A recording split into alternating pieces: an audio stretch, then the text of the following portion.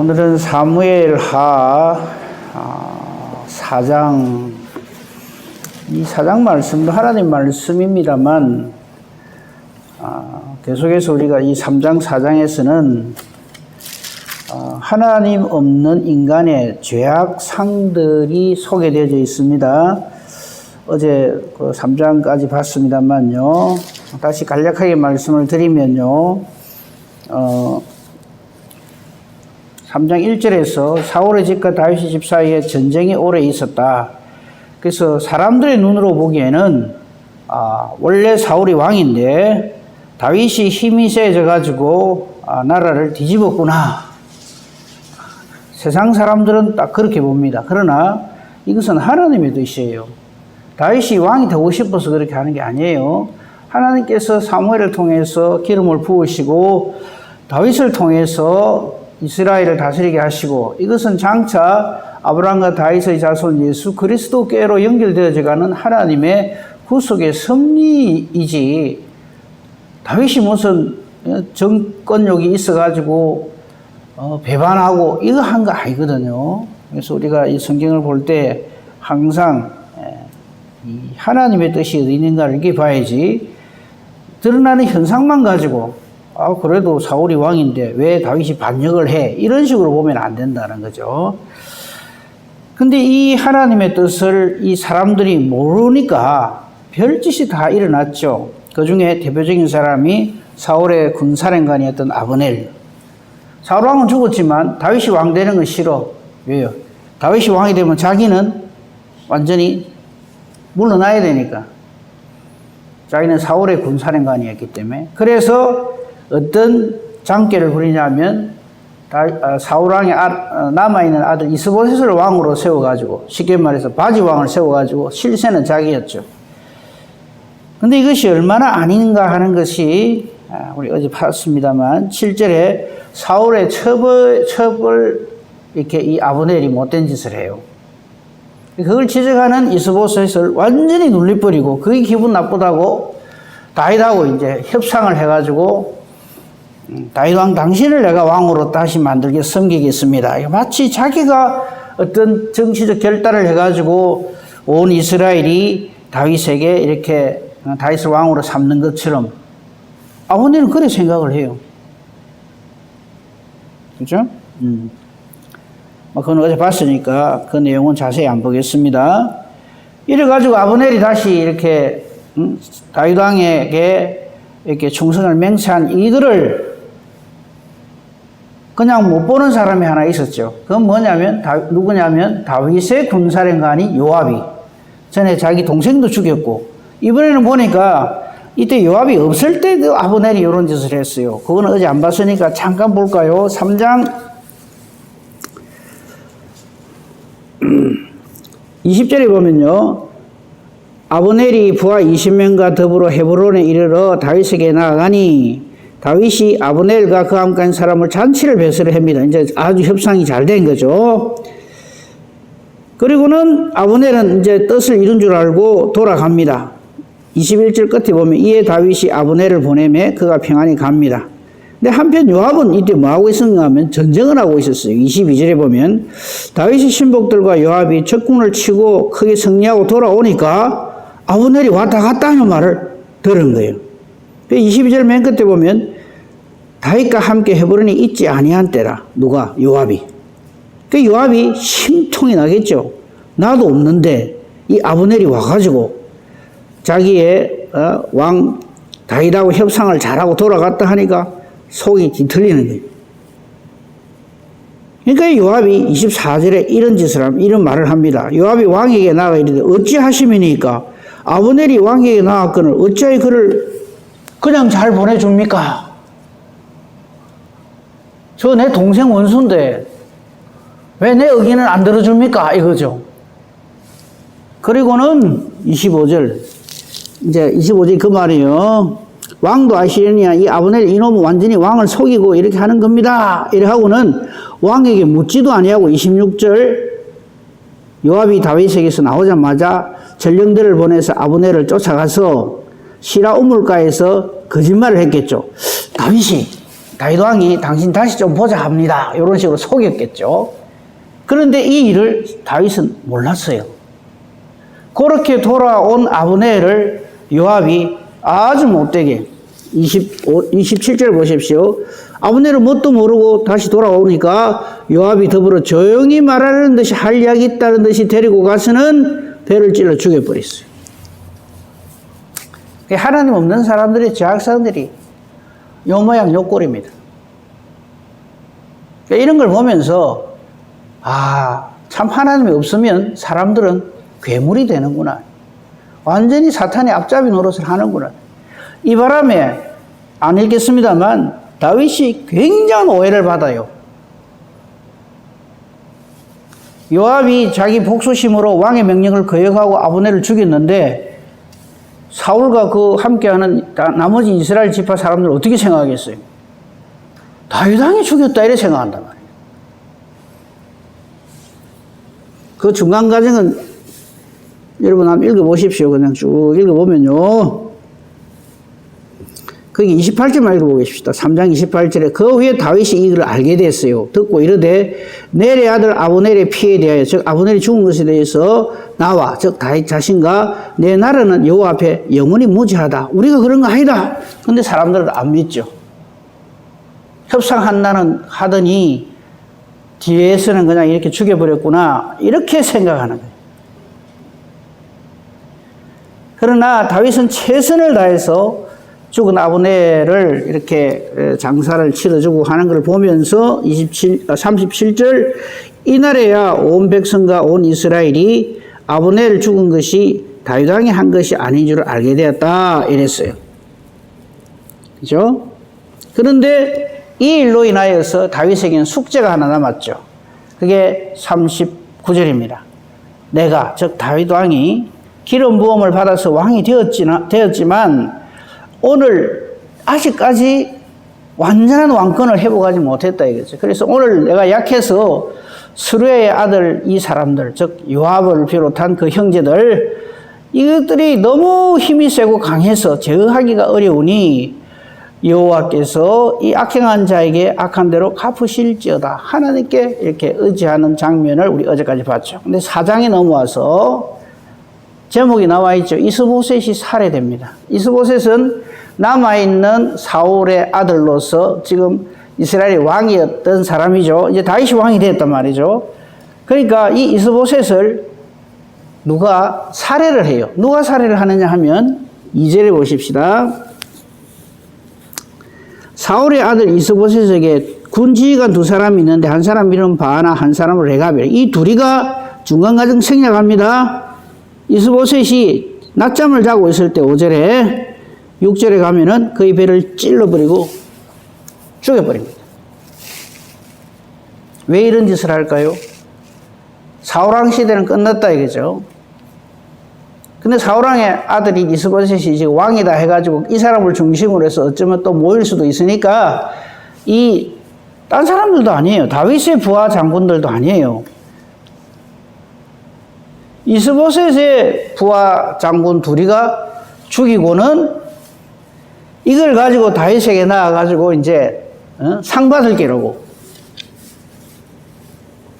8절 보십시오. 헤브론에 이르러 이 사람들이 이제 이스보셋을 죽이고 난 다음에 목을 베어 가지고 갔겠죠. 7절 끝에 그 말이 나오죠. 목을 베어서 그의 머리를 가지고 밤새도록 이렇게 헤브론으로 올라가서 다윗 왕에게 이스보셋의 머리를 탁 내면서 왕의 생명을 해하려하던 원수 사울의 아들 이스보셋의 머리가 여기 있나이다 이러면서 내놓는 거예요. 자, 여기도 보십시오. 어제같이 자기가 섬기던 왕입니다. 근데 딱 보니까 실세가 다윗에게로 넘어가는 것 같으니까 살해해버리고 목을 잘라가지고 다윗에게 가서 상 받을 거라고 이렇게 나아가는 거예요. 이 일에 대해서 다윗은 기뻐하지 아니하고 오히려 이 배반한 두 장군을 극형에 처하는 내용이 그게 4장의 내용입니다. 그러니까 참 별로 보고 싶지도 않고 읽고 싶지도 않아서 아예 읽지도 않았습니다. 자, 이제 그럼 오늘은 5장을 보도록 하겠습니다. 5장 어제 잠깐 봤습니다만요. 마침내 5장 제목이 다윗이 온 이스라엘의 왕이 되었습니다. 그죠? 온 이스라엘 백성들이 이제 다 인정을 한 거예요. 그래서, 우리가 이거 어제도 말씀드렸습니다만요. 이미 정하신 하나님의 뜻은요. 사울왕은 패하고 다윗이 왕이 된다. 이게 하나님 뜻이에요. 이 일에 쓰임받은 사람이 사무엘이죠. 근데 이 간단한 일을, 우리는 지금 그렇게 간단하게 알고 있잖아요. 그죠? 사울왕이 초대 왕이었지만 하나님께 불순종해서 하나님께서 사울왕을 패하시고 다윗을 왕으로 세우셨다. 우리는 그렇게 알고 있죠.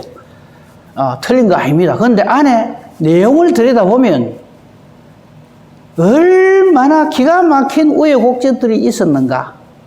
이런 것들 왜 이렇게 복잡하고 왜 이렇게 못된 짓들을 막 벌이느냐.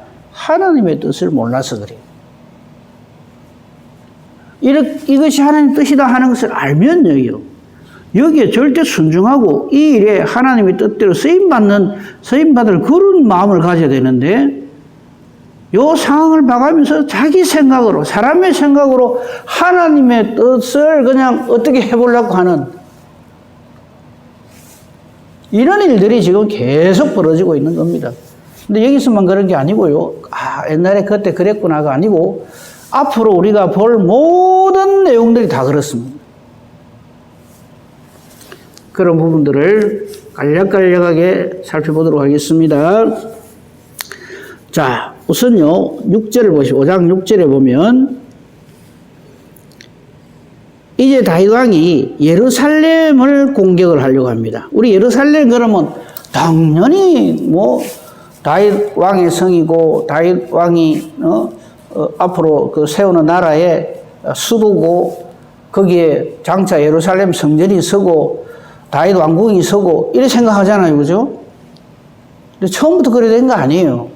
이 예루살렘에 그 땅 주민 여부수 사람들이 살고 있었어요. 이 여부수 사람들은요, 이스라엘 백성 아닙니다. 가나안 족속이에요.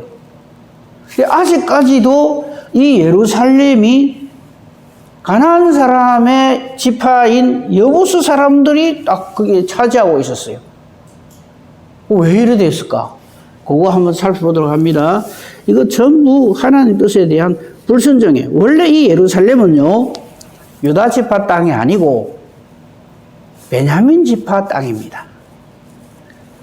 그 부분 한번 보겠습니다. 여호수아 18장 28절에 보면 그 내용이 나와요. 여호수아 18장 28절에 여호수아 그러면 이제 이스라엘 백성들이 가나안 땅 차지하는 그때잖아요. 제가 읽어드릴게요. 18장 28절에 보면 예루살렘 이 땅이 딴 거 볼 필요 없고요. 이는 베냐민 자손이 그의 가족대로 받은 기업이었더라. 예루살렘은 사실 이 베냐민 지파 사람들이 이 차지하게 되는 그런 땅이었는데 그 왜 지금 여부수 사람들이 차지하고 있느냐? 사사기 1장 21절에 보면요. 안 찾으셔도 좋고 기록만 해놓고 나중에 보세요. 제가 읽어드릴게요. 사사기 1장 21절에 베냐민 자손은 예루살렘에 거주하는 여부수 족속을 쫓아내지 못하였으므로 못 쫓아내는 거예요. 그러니까 여부수 족속이 베냐민 자손과 함께 오늘까지 예루살렘에 거주하니라 이래 돼 있어요. 그러니까 하나님은 올라가서 차지하라 하는데 여부수 사람들이 세다 이거죠. 여부수 사람들이 센 이유는 하나 있어요. 예루살렘 성이 난공불락의 요새입니다. 이런 우리가 그냥 요즘 성경지리 답사한다 해가지고 예루살렘 성지순례라는 미명하에 가잖아요. 그죠? 근데 그건 성지순례 아닙니다. 그냥 성지도 아니고요. 그냥 막 땅이에요. 하나님께서 전에 역사하셨던 그 곳인데, 그 유적지는 많이 있습니다. 그런데 이 예루살렘이 처음부터 이스라엘 백성들이 가서 차지했던 땅이냐 하면 그게 아니고, 원래 베냐민 지파에게 줬는데 이 베냐민 지파 사람들이 믿음이 없죠. 여부수 사람들이 전 난공불락 예루살렘 성에 있기 때문에 차지하지를 못하고 그냥 쫓아내지를 못하고 있는 거예요. 언제까지? 다윗이 지금 왕이 되어서 이것을 공격할 때까지 예루살렘은 가나안 족속의 일족인 여부수 사람들이 차지하고 있었어요. 그 선이해를 알고 이 말씀을 보면 이해가 돼요. 자, 그게 이제 6절 이하에 나오는 그 제목도 나오잖아요. 다윗이 시온을 빼앗아 성을 둘러쌌다. 이렇게 돼 있잖아요. 그죠? 거기 보면 6절을 잘 보시면요. 왕과 그 부하들이 예루살렘으로 가서 그 땅 주민 여부 사람을 치려고 하니까 여부 사람들이 다윗에게 뭐라는 줄 압니까? 아이고, 사울왕 때도 우리를 못 건드렸다. 여기가 우리가 지금 살고 있는 이 예루살렘 성이 얼마나 요새인데 어림도 없는 소리 하지 마라. 그러면서 이 장애인들을 떨무게 가면서 조롱을 합니다. 너희가 우리를 공격해 와도 맹인이나 다리 저는 자라도 너한테 이긴다. 이라는 거예요. 앞을 못 보는 분들과 다리가 불편한 사람이라 할지라도 다윗 네 공격하는 것은 얼마든지 물리칠 수 있다. 왜? 우리 예루살렘 성은 난공불락이기 때문에 그렇다. 이 말입니다. 이해가 되시죠? 그래서 그들 생각에는 6절 끝입니다. 그들 생각에는 다윗이 이리로 들어오지 못하리라 함이나 그러나 원래 하나님 뜻은 뭐예요? 이 지역은 하나님께서 이스라엘 백성들에게 준 땅이에요. 다윗은 순종하고 올라가니까 뭐 너무 쉬워요. 7절에 보면 다윗이 시온 산성을 빼앗았다. 뭐 할 줄이면 끝나요. 이 간단한 거를 불순종하니까 사람 생각으로 저 난공불락의 성을 누가 빼앗겠냐? 아이고 저거는 힘들다. 못한다. 이러니까 못 차지하는 거예요. 하나님은 팔이 짧거나 손이 짧아서 하나님의 뜻을 이루지 못하심이 아닙니다. 우리가 불순종할 때는 하나님께서 내버려 두십니다. 우리 절대 순종함으로 하나님의 뜻을 우리를 통해서 이루어 가시도록 하는 그것이 충성입니다. 그 다윗이 그래서 이 예루살렘을 빼앗고 거기서를 시온 산성을 빼앗고 다윗성이라 불렀다. 그렇습니다. 자, 이 6절, 7절의 이 이유가 10절에 잘 나와 있어요. 이런 게 요절입니다. 그래서 늘 말씀드립니다. 하나님 여호와가 주어가 되어 있는 귀절은 무조건 요절이다. 줄 치셔야 됩니다. 10절을 잘 보십시오. 만군의 하나님 여호와께서 함께 계시니 다윗이 점점 강성하여 가니라. 그 실례로 이 사울왕 때 베냐민 지파에게 준 이 예루살렘을 공격을 못했는데 다윗이 왕이 되니까 바로 그냥 차지해버린 거예요. 하나님의 일은요, 우리가 하나님 뜻에 순종하면 이보다 쉬운 일이 없어요. 그러나 불순종하면 절대 불가능한 일이 됩니다.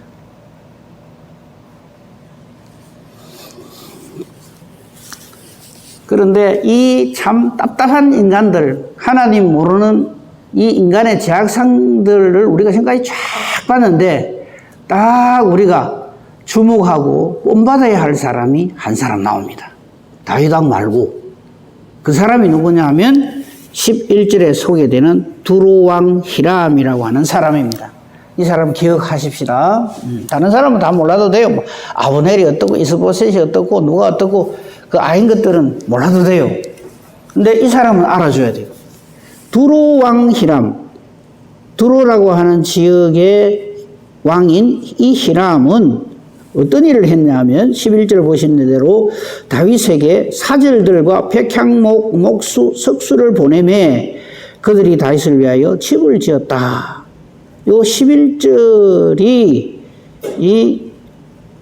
그 굉장히 중요한 의미가 있는 것이 12절에 이 두로왕 히람이 왜 이렇게 했느냐 하는 이유가 나와 있어요.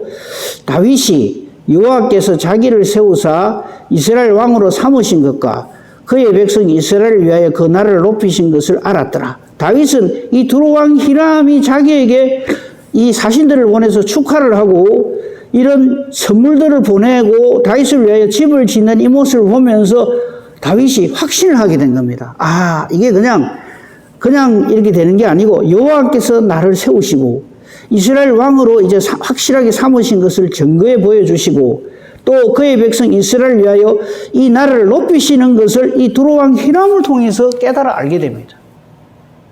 이 두로왕 히람에 대해서는 앞으로도 계속 나오겠습니다만요.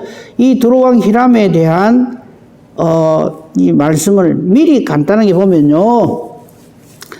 열왕기상 5장 1절을 한번 보겠습니다. 열왕기상 5장 1절에 보면 우리 사무엘하 바로 다음에 열왕기상이거든요. 5장 1절에 이 두로왕 히람에 대해서 딱 한마디로 기가 막힌 표현을 하고 있어요. 그 부분을 제가 읽어드리겠습니다. 열왕기상 5장 1절에 보면 이제 이때는 솔로몬이 이제 그 왕이 되어서 예루살렘 성전 건축을 준비하는 바로 그때입니다. 솔로몬이 기름 부음을 받고 그의 아버지를 이어 즉 다윗을 이어서 왕이 되었다 함을 두로왕 히람이 들었어요. 그래서 그의 신하들을 솔로몬에게 보내줬습니다. 전에 다윗이 왕이 되었을 때 그렇게 한 것처럼 왜 그렇게 했냐? 이는 히람이 평생의 다윗을 사랑하였습니다. 이방인이지만 이 다윗이 하나님의 사람임을 알고 이 다윗을 정말 좋아하고 정말 사랑했다라고까지 표현을 하고 있어요.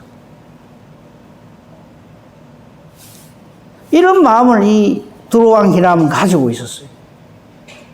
그래서 어떻게 하냐면 다윗의 아들이 솔로몬이 왕이 되었을 적에 이렇게 이 사신을 보내고 이렇게 했을 뿐만 아니라 우리 잘 아는 대로 솔로몬이 성전 건축을 할 적에 그 모든 자재들을 누가 다 보내주느냐 하면 이 두로왕 히람이 다 보내줘요. 그게 이 열왕기상 5장 1절부터 12절까지 쫙 나옵니다. 그 중에서 8절을 읽어보겠습니다. 이에 솔로몬에게 사람을 보내어 이르되 당신이 사람을 보내야 하신 말씀을 내가 들었거니와 즉 솔로몬이 이제 자기에게 이렇게 잘해주는 히람에게 좀 도와주세요라고 말을 했거든요.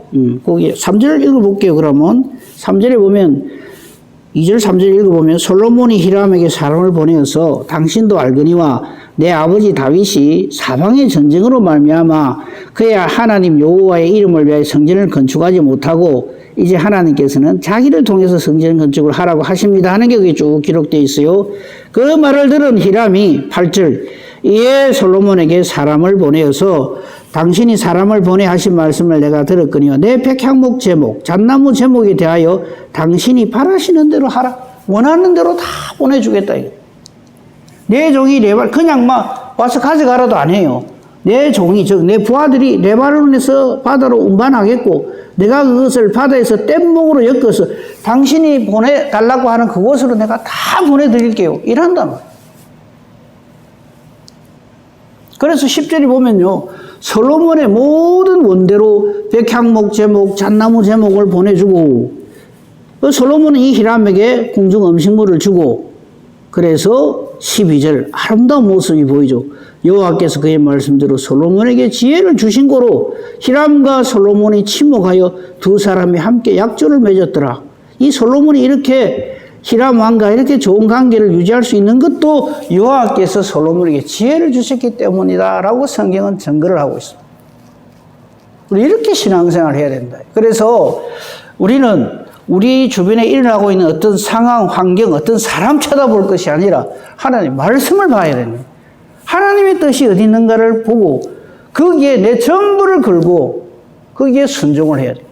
그럴 때 하나님께서는 다윗과 함께 하셨던 것처럼 저와 여러분에게도 함께 하셔서 하나님의 뜻을 이루어가는 하나님의 사람으로 하나님의 종으로 그렇게 사용하신다.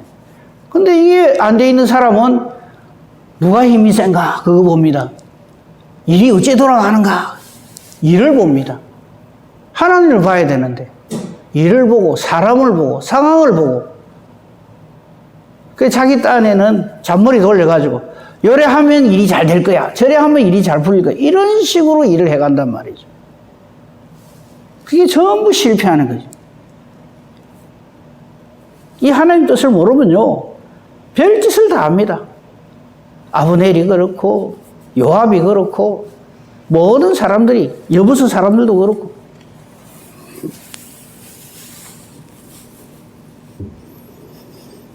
아름다운 모습이죠. 그러니까 그 5장에 들어와서 그래도 아이고 하나님 감사합니다 싶은 게요. 10절, 11절, 12절 만군의 하나님 여호와께서 함께 계시니 다윗이 점점 강성하여 가니라. 우리는 이런 은혜와 복을 누려야 됩니다. 제발 지금 때가 보니까 이랬는데 저랬는데 요러면 잘 되겠네. 저라면 잘 되겠네. 사람 생각 백날 모아봐야 아무 소용이 없습니다. 그죠? 내친 김에 5장 나머지 부분들을 조금 보겠습니다. 다윗하고 이제 블레셋 사람들이 다윗이 왕이 됐다 그러니까 공격을 해옵니다. 그게 17절이에요. 왜?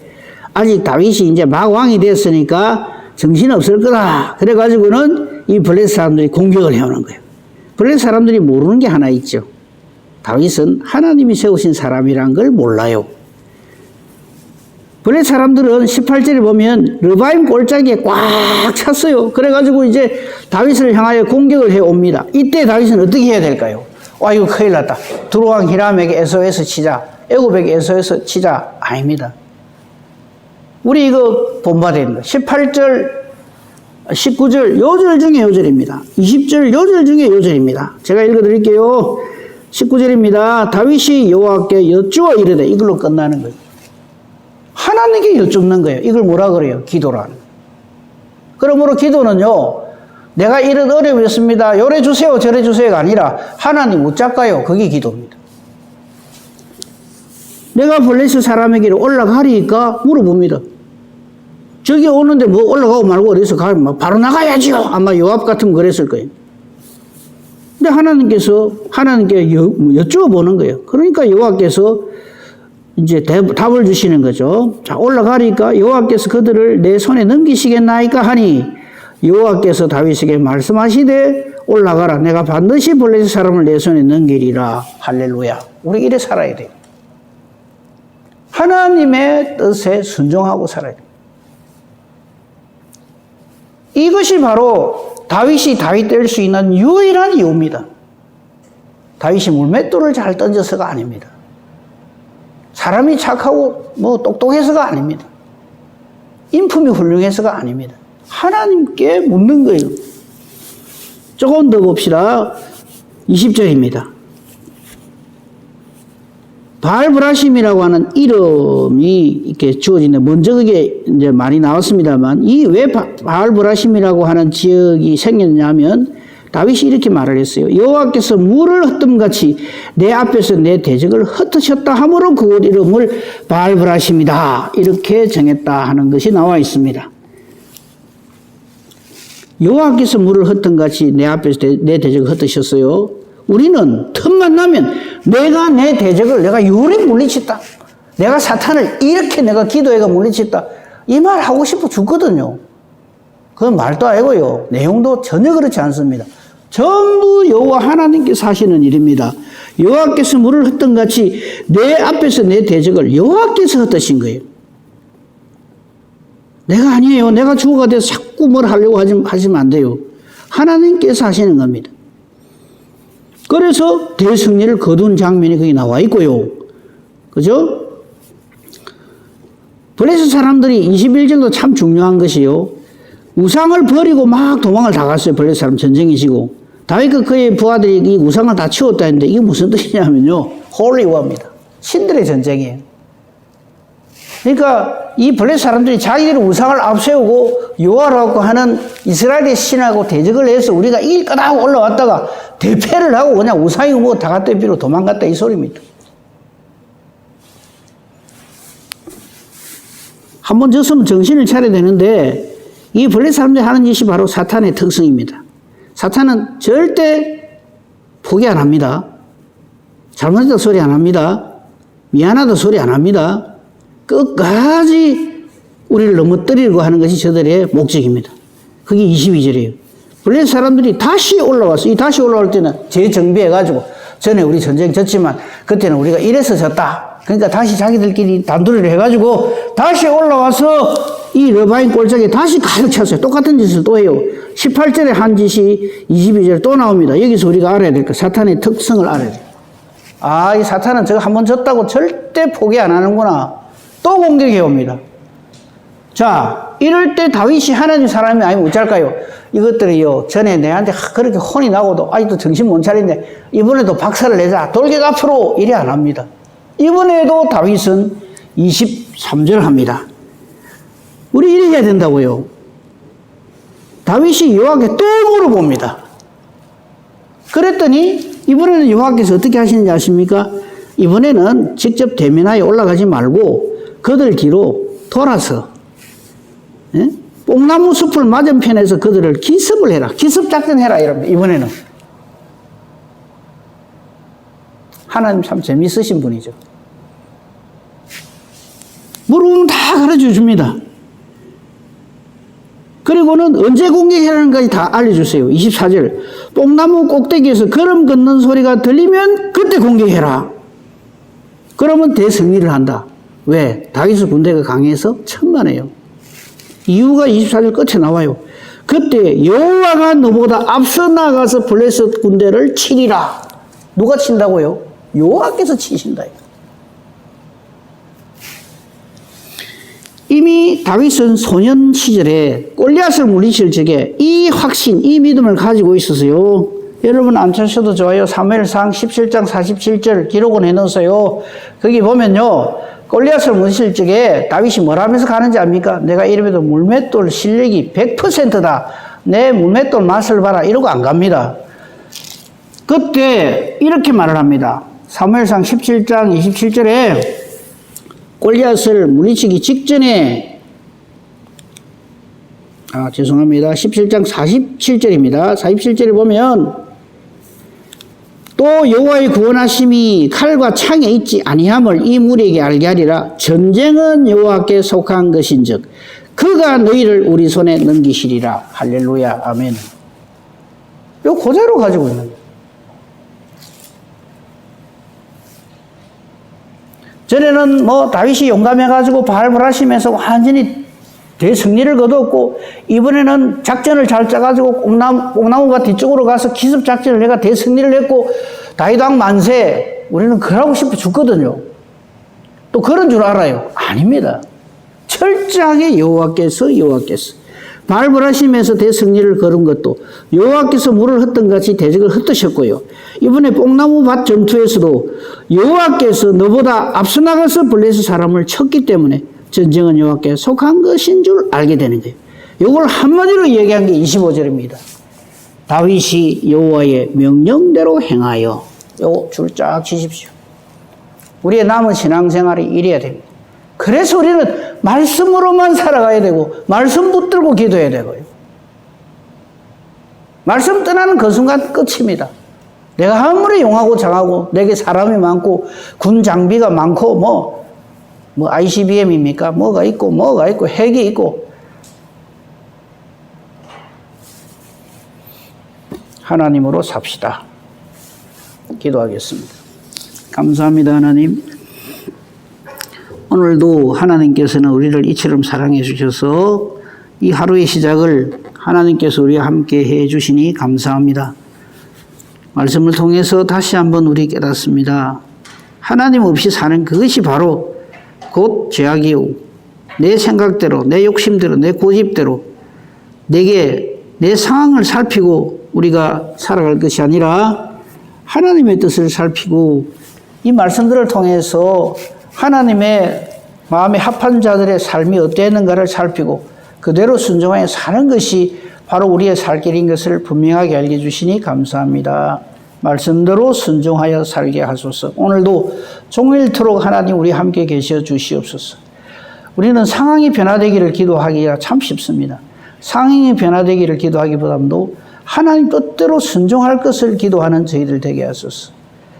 우리의 기도하는 것이 하나님의 말씀과 같아서 하나님 뜻과 같아서 기도하는 것이 하나님 뜻과 같기에 하나님이 능력으로 역사하셔서 기도하는 대로 응답받는 능력의 기도 의인의 강구 되게 하소서. 오늘 수요 예배에도 하나님 은혜 내려 주시옵소서. 범사대소사 오직 주님 손에 부탁합니다. 감사하며 우리 주 예수 그리스도 이름으로 기도합니다. 아멘.